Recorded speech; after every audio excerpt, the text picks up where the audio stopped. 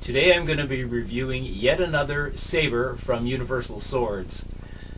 This is the French infantry officer's saber. It is quite similar to a couple of others I reviewed. It has that early 1800s style. This is typical of the type of sword used by many of Napoleon's light infantry. They were widely popular because of their new design, straighter blade. Like the other swords from Universal Swords, this is a functional sword. It's forged from 1060 steel.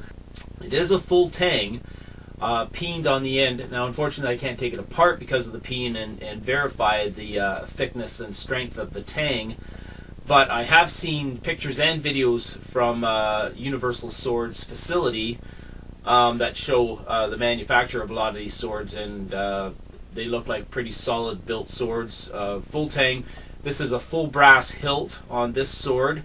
The grip here in the middle is wood, carved wood, and with a black lacquer finish on it. Very nice. One thing I really didn't touch on too much in my other reviews of these Universal Swords was Distal Taper, the big catchwords for sword enthusiasts and collectors. Distal Taper refers to the actual thickness of the blade down through the middle. If it's a double-edged sword, it would be taking down the middle of the sword, and the amount of taper going from this area near the hilt down towards the end. Now, this particular saber is quite similar to the other ones I have. It's just a hair under 8 millimeters here by the tang of the sword, and by the time it gets down to here where the blade geometry kind of changes here, we get to about here and it's only 4 or 5 millimeters. So there is quite a bit of distal taper. It's very noticeable and visible, quite easy to see that it has a nice even distal taper going all the way down. And these swords are not extremely flexible. They're not whippy in any way, but I have flexed a few of them and bent a few of them, and seeing that that they won't take a set. This sword's a little over 39 inches overall. The blade is just a hair over 32 inches. I weighed it on my electronic scale at 2 pounds 3.6 ounces. And that's a pretty good weight for a saber. It's a nice sword. It handles fairly well. It feels pretty good in the hand. It comes with this nice scabbard. This is a leather scabbard. It doesn't have a core. I believe that's a historical thing, the way they were made. Quite a number of Universal Swords sabers are like that. They have just a stiff leather scabbard like this with a nice full brass chape on the end. Nicely done. A lot of detail goes into these swords from Universal Swords. With a few of the others I reviewed, I've noticed how closely they resemble certain historical pieces that I've done a little research and just to verify that they are historically accurate, and for the most part they're very much historically accurate and very well done, and very good quality for the price.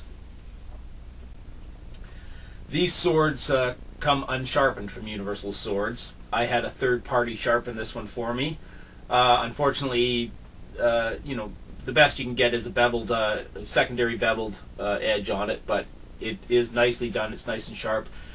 I'm going to go out and do a bit of heavy cutting with this.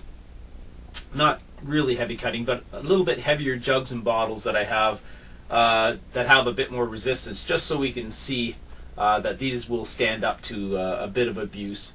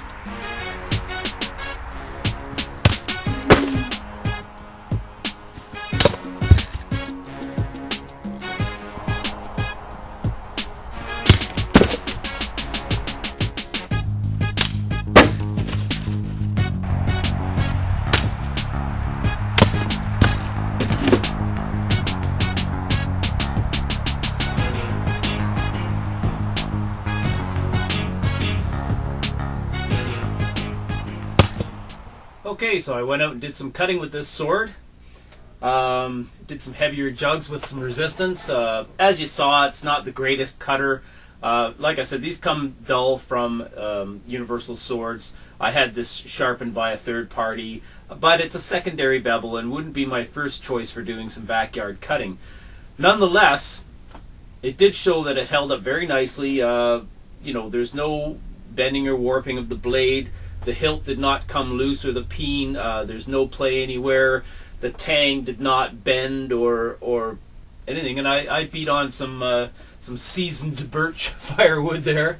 It held up very nicely. The edge is good. Everything looks great. No problems at all. So there it is, the French infantry officer's saber from Universal Swords. As you can see, it held up very nicely to being abused a little bit, something I do not recommend. Make sure you are very familiar with what you're handling. Make sure your sword has high carbon steel blade. Make sure that it is full tang and properly constructed before you ever try anything like that.